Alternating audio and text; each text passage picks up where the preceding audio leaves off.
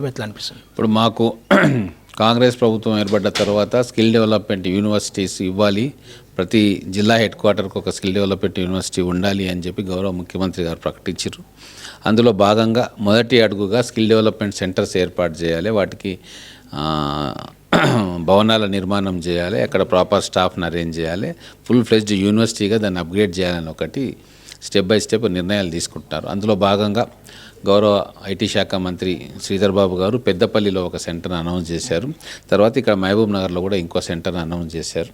అందుకే ఇక్కడ CEO task Telangana academy for skill and knowledge, దాని వారి CEO వారు ఈరోజు మహబూబ్ నగర్లో స్కిల్ డెవలప్మెంట్ సెంటర్ అనౌన్స్ చేయడం జరిగింది. రాబోయే 2-3 వారాల్లో మహబూబ్ నగర్ పట్టణంలో ఈ స్కిల్ డెవలప్మెంట్ సెంటర్ మా విద్యార్థులకు అందుబాటులో ఉంటుంది. ఈ స్కిల్ డెవలప్మెంట్ సెంటర్ అనౌన్స్ చేసినందుకు గౌరవ ఐటీ శాఖ మంత్రి గారికి, గౌరవ ముఖ్యమంత్రి గారికి మా మహబూబ్ నగర్ జిల్లా ప్రజల తరఫున, నియోజకవర్గ ప్రజల తరఫున ధన్యవాదాలు తెలుపుతా ఉన్నాను. అలాగే మహబూబ్ నగర్లో ఆ స్కిల్ డెవలప్మెంట్ రావడానికి మీరు ఎంతో కృషి చేశారు, అంటే మీ కష్టం కూడా ఎంతో ఉంది, అంటే మీకు ఇంత త్వరగా ప్రభుత్వం స్పందించడం పట్ల కానీ ఎట్లా అనిపిస్తుంది? ఇప్పుడు మాకు కానీ మా ముఖ్యమంత్రి గారికి కానీ మాకు ఒక సంకల్పం ఉన్నది. మహబూబ్ నగర్, ఉమ్మడి మహబూబ్ నగర్ జిల్లాను ఎడ్యుకేషన్ హబ్గా తీర్చిదిద్ది తెలంగాణనే కాదు మొత్తం దేశవ్యాప్తంగా కూడా ఒక ఎడ్యుకేషన్ సెంటర్గా మహబూబ్ నగర్ను గుర్తింపు తీసుకురావాలనే ఆలోచన మాకుంది. అందులో భాగంగానే మన కొడంగల్లో కొస్గి ప్రాంతంలో ఇంజనీరింగ్ కాలేజు, తర్వాత కొడంగల్లో medical college, agriculture colleges, veterinary college ఇవన్నీ కూడా పెట్టడం జరిగింది. ఇప్పుడు మహబూబ్ నగర్ పట్టణానికి వస్తే ఇక్కడ కూడా ఒక ఇంజనీరింగ్ కాలేజ్, యూనివర్సిటీలో లా college, degree college, skill development centres ఇవన్నీ కూడా తీసుకురావడానికి మేము ప్రయత్నం చేస్తూ ఉన్నాం.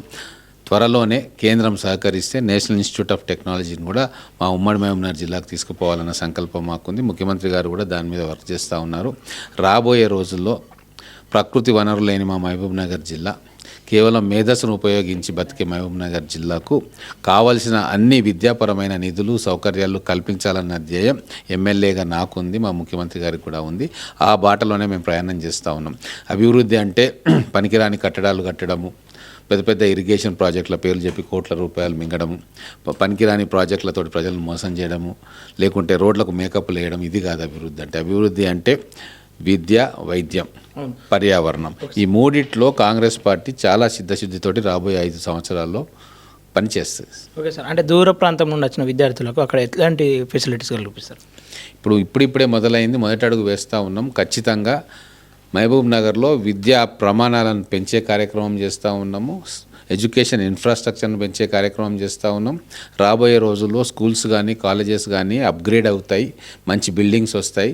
ఈ మధ్యనే పాలమూరు యూనివర్సిటీకి 100 కోట్ల రూపాయల గ్రాంట్ను తీసుకెళ్లడం జరిగింది. అలాగే యూనివర్సిటీని అభివృద్ధి చేసుకుంటాము, గతంలో ఎస్టాబ్లిష్ అయిన కాలేజెస్ని అభివృద్ధి చేసుకుంటాము.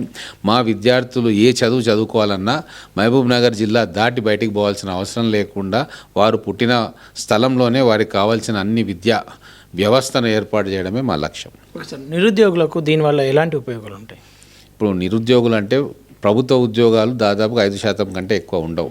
వాళ్ళందరూ కూడా ప్రైవేట్లో ఉద్యోగాలు చేయాల్సిందే. కానీ ప్రైవేట్లో మనం ఉద్యోగం చేయాలంటే వాళ్ళకు స్కిల్లింగ్ అనేది వాళ్ళకి చాలా అవసరం. ప్రతి గ్రాడ్యుయేషన్ చేసిన విద్యార్థికి ఉద్యోగాలు ఇవ్వడానికి కంపెనీలు ముందుకు రావు. కానీ ఎవరికైతే అడిషనల్ స్కిల్స్ వస్తాయో, ఎవరికైతే వాళ్ళ